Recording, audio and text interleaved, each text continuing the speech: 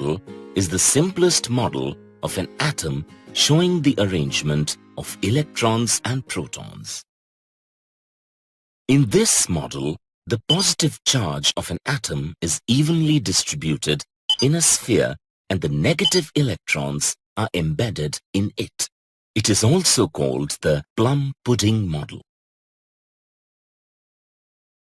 In the year 1911, Ernest Rutherford, along with Hans Geiger and Ernest Marsden, conducted a series of experiments with the aim of exploring the structure of an atom.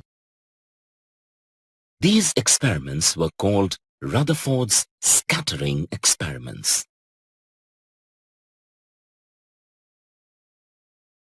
The experimental setup consisted of a piece of radium, which is a radioactive metal, placed in a lead block.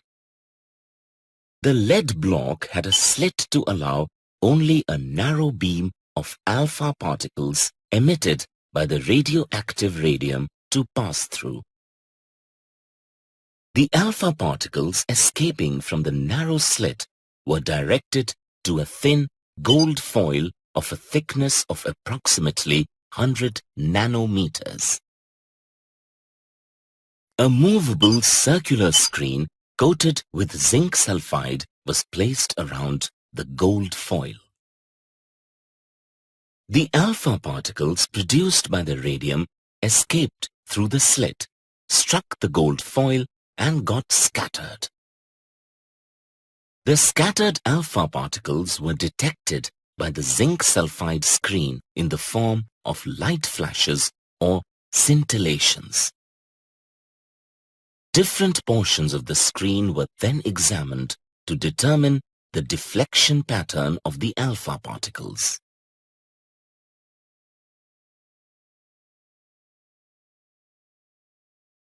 It was observed that most of the alpha particles remained undeflected and passed through the foil. A few alpha particles got deflected through small angles, and hardly any alpha particles got deflected through large angles or came back with a deflection of 180 degrees. These observations did not hold true to Thomson's atomic model, where it was expected that the positively charged alpha particles would pass through the weak electric field largely undeflected or slightly deflected.